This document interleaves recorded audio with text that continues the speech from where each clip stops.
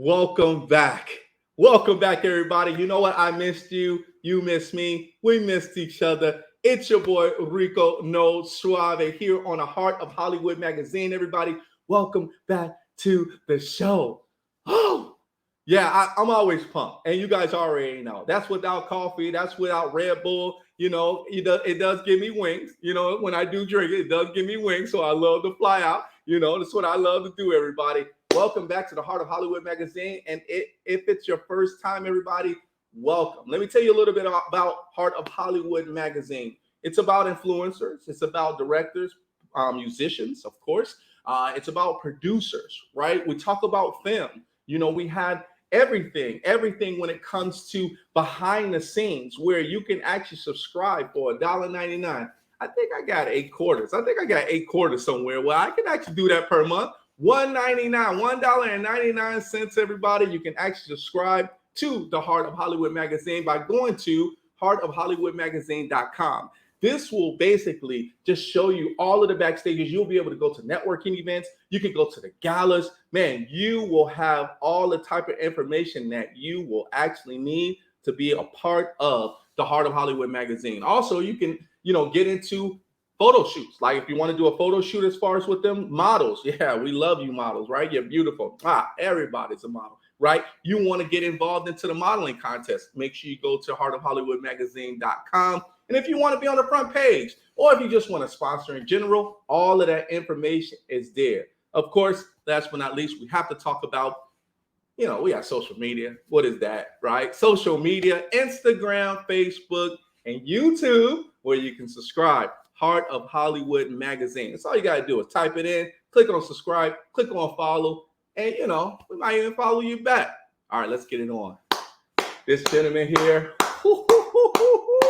man, when I say wicked, man, wicked, I'm telling you, when we talk about kick the wicked, we talking about this gentleman here, and there's two others, but this gentleman here is a vocalist, a guitarist. He's a songwriter. Man, he's recording artist, everybody. And I have to say, I am super happy to actually have him here. And of course, I want to thank Marlene for actually having him with us here on the Heart of Hollywood magazine. I want you guys to stand up. If you got a little guitar, play a little guitar string, boom, because we rocking, melting it out.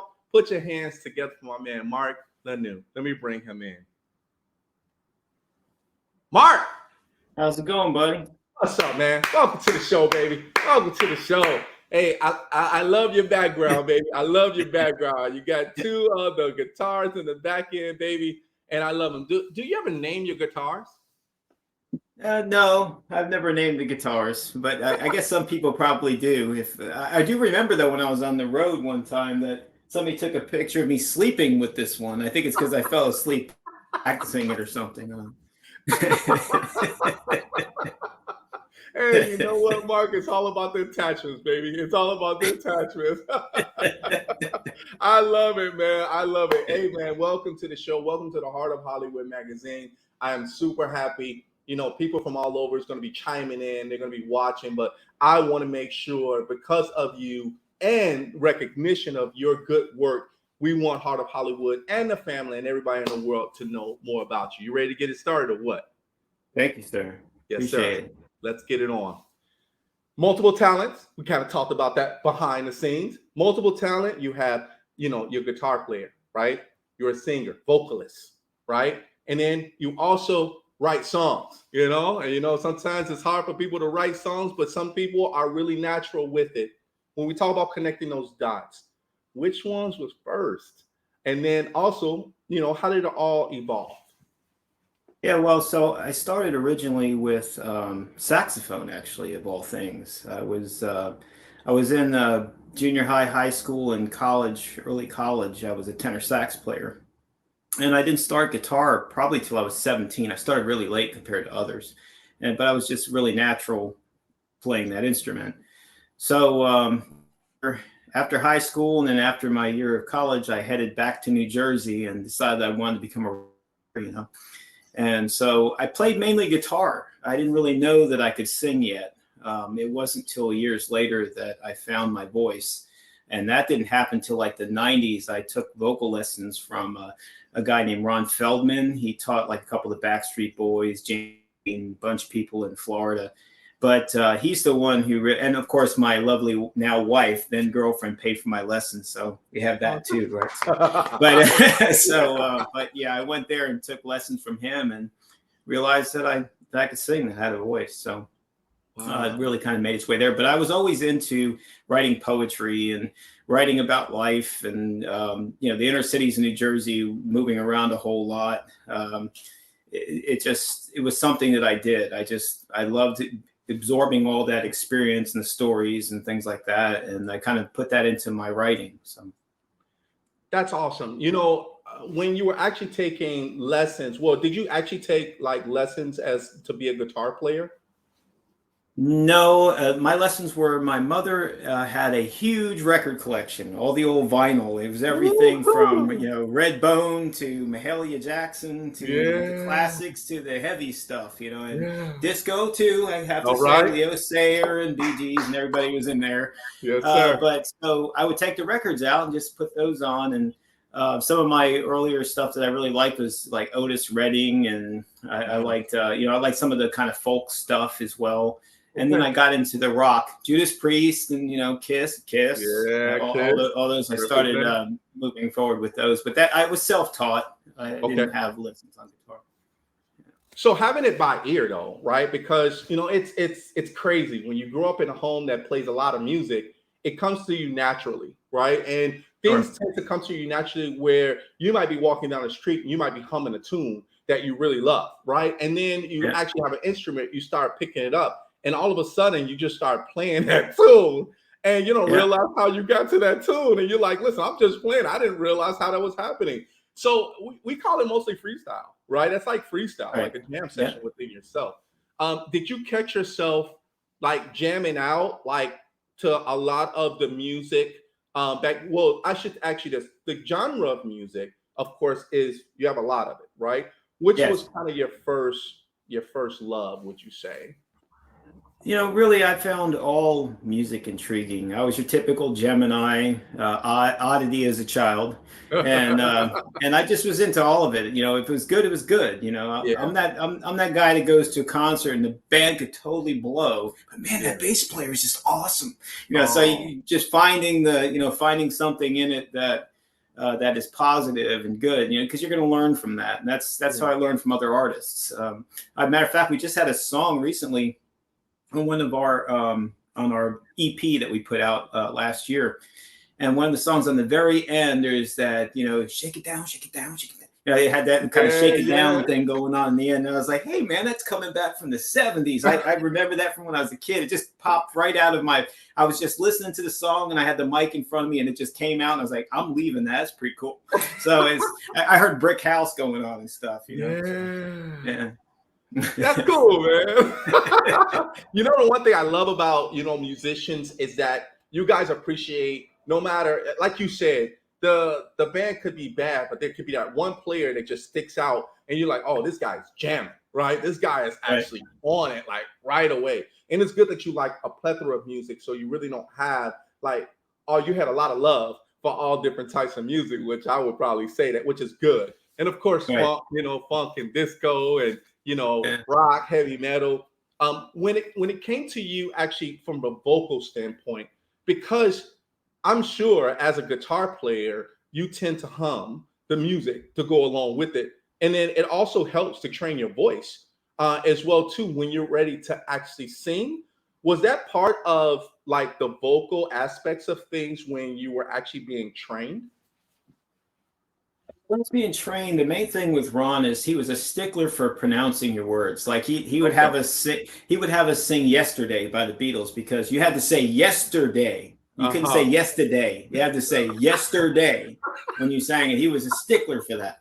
So I find myself quite often singing the words dynamically, and I had to kind of untrain myself a little bit for some songs because there's sometimes you kind of want it to kind of fudge around a little bit, you start sounding like a robot if you don't. So, but he did have some scale structures he went through on the piano mainly, so we would follow through on a piano structure, but it helped quite a bit. Yeah, he was a really How good long teacher. was your classes? Like, how long did you actually take vocal classes as far as with him or just in general? Oh, per session, you mean, or Yeah. over time? Per Um. session, maybe a half an hour. Yeah, Oh, okay. but so it wasn't a run, but it was enough to where he could send you off with stuff to practice, Okay. and then you could kind of apply those live because we were touring too. I was in a band at the time called Persian Risk, this singing for Nazareth over in Europe quite a bit. Uh, Nice. but um, but I'd get to practice it, you know, I as think we backups. lost. Oh, you're going in and out a little bit. Yeah, you're going Okay, in and out just a little bit, but it's am a I little bit back better now? now.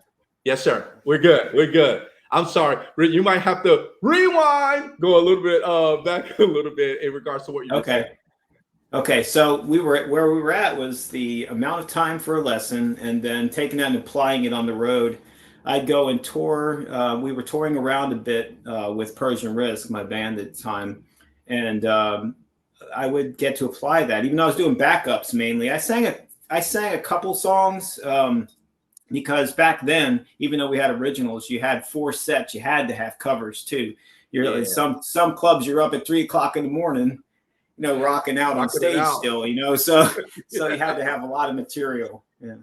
That's cool, man. That's cool. That's awesome. That's awesome. So, because this is a 30-minute segment, and one thing that I love about 30-minute segments, and I don't love about 30-minute segments, I try to get as much as I can out of that person, and then the thing I don't like is that I want more. I want more. I've always want more. So, so let's fast forward a little bit.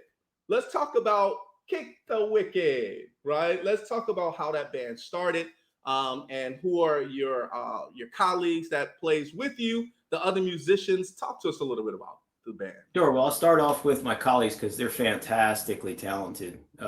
So I have Scott Campbell, who's Oh, Scott. so basically Scott's an all-around talent. He's the producer of all the material. Okay. He plays guitar, he plays bass, he plays some keys. He's just all around really talented musician and has a great ear for production. Our stuff sounds really, he's slamming with it. And we also have Rory Fashion. Rory Fashion's our drummer. He was an honoree from the Musicians Institute. And he's a fantastic drummer. He's actually my drummer in my past band, Fiction 6, as well. So we've known each other a long time. So that brings us to where Kick the Wicked came from. So basically, Rory, my drummer from Fiction 6, and my buddy called me up and said, "Hey, there's this guy, Scott, the pandemic's here, whatever. You want to do some covers and tributes and stuff?" I said, "Sure, let's do it." So we became this tribute group. And during the pandemic, we were doing all these tributes from, Triumph to Bee Gees to Megadeth to whatever. We were just kind of pumping them out there for people to listen to while they were locked down. Yeah. And one day, a couple years later, we were thinking, hey, we got really good chemistry. Let's just do originals. And so Scott and I were sitting around texting back and forth, and I had like Kick the something, and he just comes out of nowhere and goes, "Kick the Wicked," and I said, "That's it." It just stuck. So so we became awesome. Kick the Wicked at that point, and all the music from Kick the Wicked, I'm really proud of it. It just totally kicks butt. Really, that's awesome, man. Congratulations, man, to you guys. That's awesome. I love the name, man. I love the name, and it's like Kick the Wicked, man. Wicked, man. I love to hear that. So when it comes to you guys producing music, Scott, Rory, you guys put music together. How many years have you guys been together?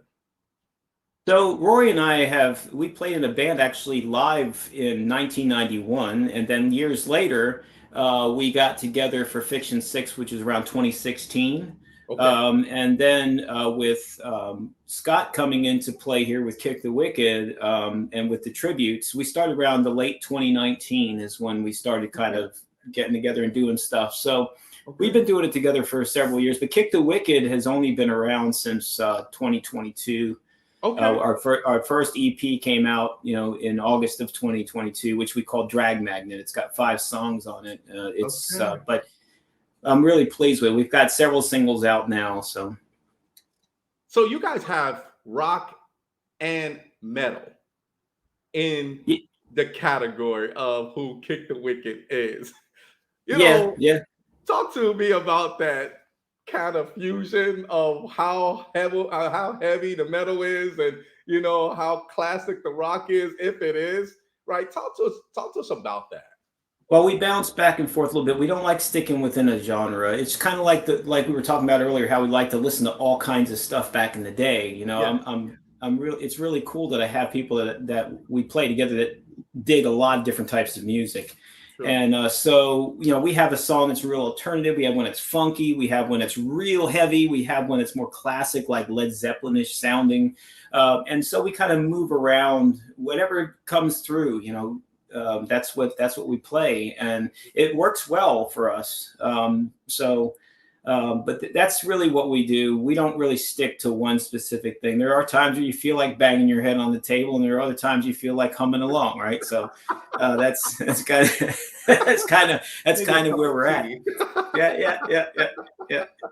I like that. Well, I definitely will probably say that you keep the people on their feet, because you never know what you might play, right? To be able to either keep them like here, like, okay, what they're gonna play next. Okay, let's go, and get Yeah. real hype about it. I like that. That's real cool, man. That's awesome.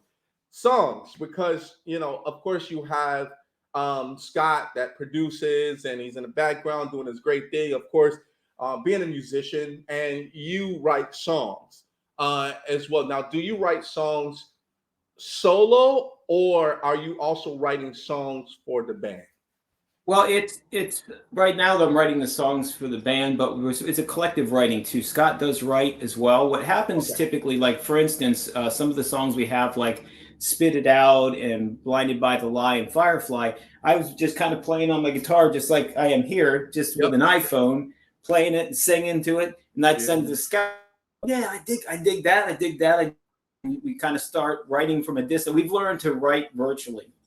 So, and it's kind of like a couple we just did recently, which is the White Rabbit, the single that we have. It's going to be in a movie called Black Creek Movie, with starring Cynthia Rothrock, who is Okay. she was like a 5-year style and weapons champion, and an actor in martial arts. And so that song's going to be in that movie, but we didn't know we were going to do that song. Somebody just said, "Hey, I really like White Rabbit. We want to do it." So we decided, like, hey, what would White Rabbit sound like if we like threw Alice in Chains and the little Radiohead and a few other things in there and Yeah. mixed it up, and there Get you that go. part Here's up, the baby.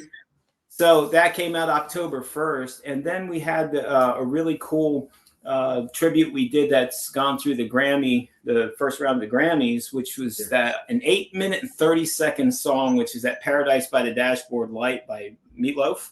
Yeah. That was monumental, but we had some really cool featured artists. We had a female play the part, which was Sharon Leah, who's a Recording Academy colleague, award-winning artist herself. We had a sportscaster, Brian the Fishman Fish, from Toxic Radio up in Pennsylvania, and my Okay. Fiction 6 bass player Larry Hart played bass on it.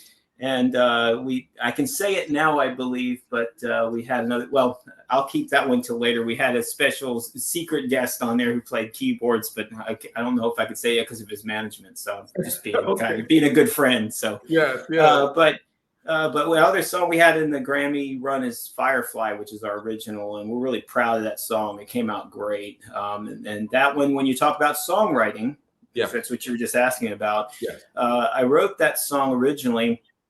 So when I was in New Jersey as a child, it was really, really dark where my grandparents lived. And if you're caught after dark, it was so pitch dark. It was like you're ready to go ghost hunting that dark, So, Wow. so when you're that little and you're running down the street, you're just, there's that fear, But then there were these fireflies that would be out in the woods and all about, and they would like give you this calming feeling, and you kind of connect that to the guardian angels, to when you pass into the light, the comfort zone. And so that's what that whole song came about, was just going back to that time and space. And so I always write about experience, always write about stories and experience. Yeah. Now, were you the kid running? I was always the kid running. Let's go. My baby. mother will tell you I was a kid running up the wall, man.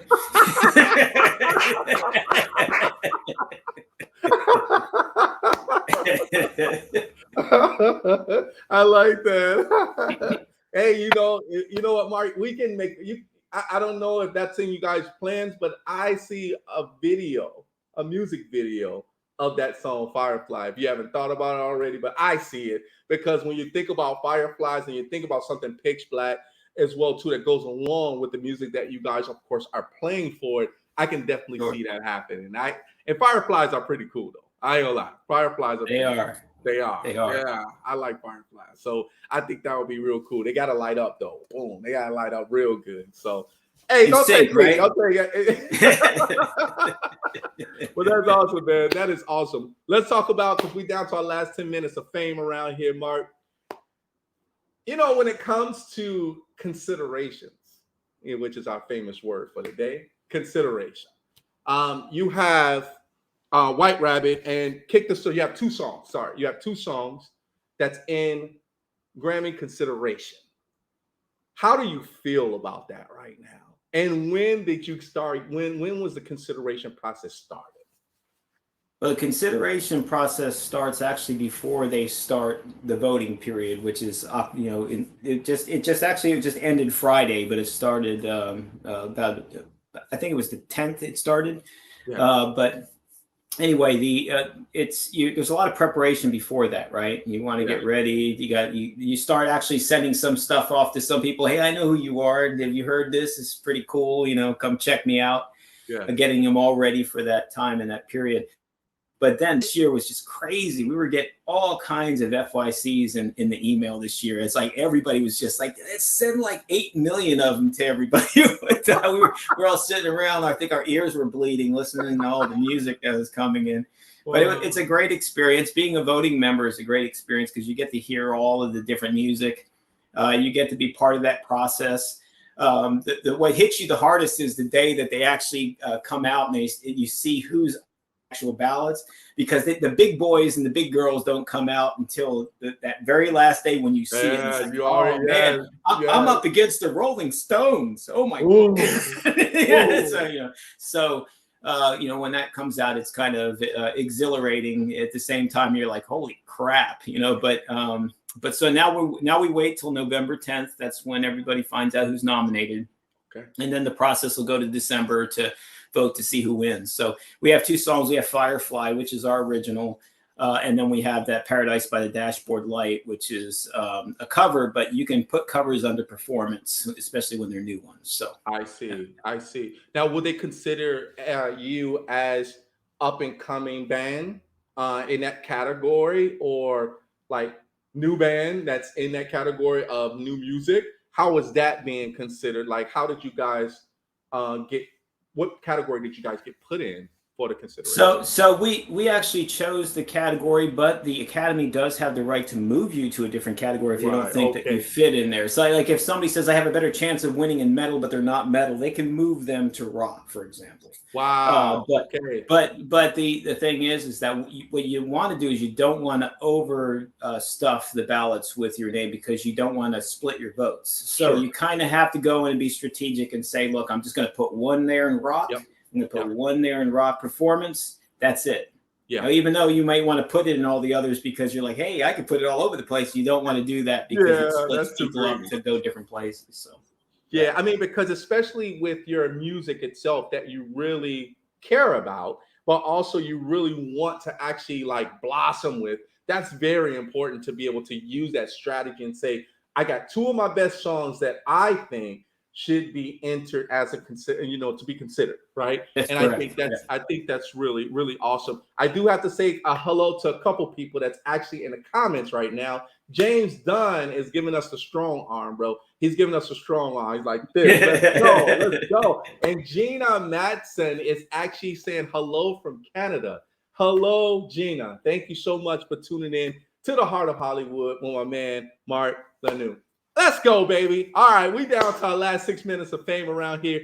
Man, I want to wish you the best on that. And I pray that you guys get it, because I'm really like, man, I'm bringing him back on the show. I might just bring you back on the show. Forget about it. We'll bring you back on the show no matter what. So, that'd be awesome, man. Now, my favorite part about this is NASA. Bro, come on. You got to talk to me about it. Come on. Okay, okay. So you have an award with NASA. Talk to us about that. So so I'm an inductee of the NASA Space Technology Hall of Fame, and what that is that I invented some technology back in the day, along with the team, that it was used worldwide and basically came out of the NASA program and then ended up into the terrestrial, they call it, market in the regular commercial markets. And I don't want to talk about it on here because probably most people won't understand it unless they want to split. They want to talk about splitting electromagnetic spectrum up. But so basically, I was inducted into that Hall of Fame in 2005, along with some of my colleagues. I had at the time about 11 inventions, and this particular technology called hyperspectral imaging is what it was called, and it was released out into the markets. But that's why I was inducted into the Space Technology Hall of Fame through the Space Foundation. Yeah, Bro, that is amazing. Like, you're a brainiac. Like, it has to happen. You're a brainiac. I mean, for someone to be inducted into NASA, that's a big thing. I mean, it's not something small. That's something huge. I'm a technology geek. I'm a geek. I love IT. I love operations. I love everything technology. But when I think about space, when I think about like astronauts, when I think about chemistry and things like that, there's so much behind the scenes that people don't know or not aware in regards to how things actually works.